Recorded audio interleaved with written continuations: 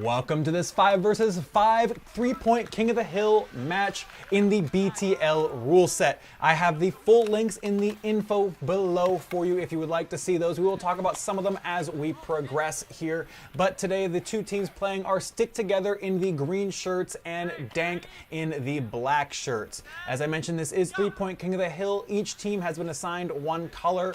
The Davis Nerf Club or Dank is in blue, and Stick Together is turning to the red side of their timers. You can see in the overhead shot, there is a red and a blue cone in the opposite corners. Those are the spawn points. You have to head back to one of those when you are tagged out, count to 15, and then you can spawn back into the game from half of the field that is your color, any edge on that half of the field.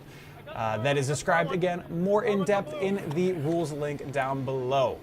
Now these teams are working with a 300 dart limitation. They can divvy those darts or rounds up however they choose amongst their team, but that is all they get. And the round length, as you saw when the game started, is 6 minutes long. We're just over a minute in, and the ebb and the flow of the game is really fun to watch, especially from this overhead view. As you see, Dank actually go ahead and take over the entire field. They have all 3 points. All of those timers in the top right are ticking under blue for their color, and they have pushed up and asserted field dominance here. The good thing is that you can hold your spawns when you're tagged out, so the team can spawn together, which is what Stick Together has kind of tried here, though some of their team didn't come in at the same time, and they were a little bit mistimed, and that affected their ability to push back in. Though they have retaken their corner point, which is generally easiest for each team. However, they are also the hardest to defend because there is the least amount of cover there with the current map layout. And Davis here is going to push back. This is one of the things that we see, that I have seen as we've gone through our testing matches, is that teams, when they take control of something, they often push too far and they can overextend and put themselves in a place where they don't have enough cover to really hold all 3 points. And this, as you can see right here, one of the Dank players gets tagged in the back. Now this, unfortunately, I noticed afterwards, happened because that player, I don't believe, understood the respawn mechanics fully, and that will be something that we will be working hard to make as clear and concise as possible, so players will always understand that you need to head back to your spawn point before you can spawn back in, rather than taking a moving 15-second counter. But the idea behind the cover layout for this game is that no point is completely bunkerable. You can't just sit and have complete control of it and be impenetrable, essentially. They need to be somewhat indefensible to create those moments where teams can come back and swing the game back in their favor, and it makes the game a bit more fluid and exciting and whatnot.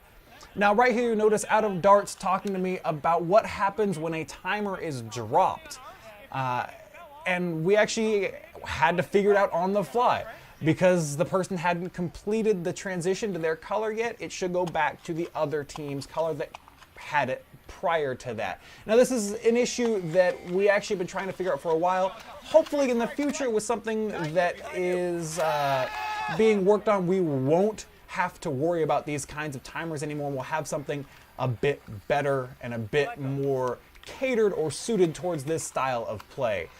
But we work with what we have for now while we're testing, and that's just the way it has to be. We see the way the cover's laid out again is that you can't push through, or you can't babysit a corner or an edge of a spawn without being exposed to another area on the field. It's very important. We don't want players to ever be spawn camped. It's just not fun to watch, it's not fun to participate in, and it impedes the flow of the game. So we've really worked hard on getting a layout that promotes constant movement and constant play. As Dank just tries to just dominate the field right now, pushing and not letting anyone stay behind any cover. And that really lends to Davis's play style. They often are on the move. Kyle Van, you'll see he's pushed up at the front, is always running and always flanking, and is just a fantastic force on the field. But Stick Together has made some good pushes in this game, and throughout this tournament, they did have some really nice moments, though there was some missed communication on their parts that we saw earlier. They would call for a push, and the timing wasn't quite right. So that's something I look forward to seeing their growth as a team when they continue to play together and we continue to have these tournaments. And you've got one of the dank players trying to draw as much attention as he can from the other team so that his team can spawn back in and take these points for the last 30 seconds of this match, as Stick Together did have all 3 points for a little amount of time.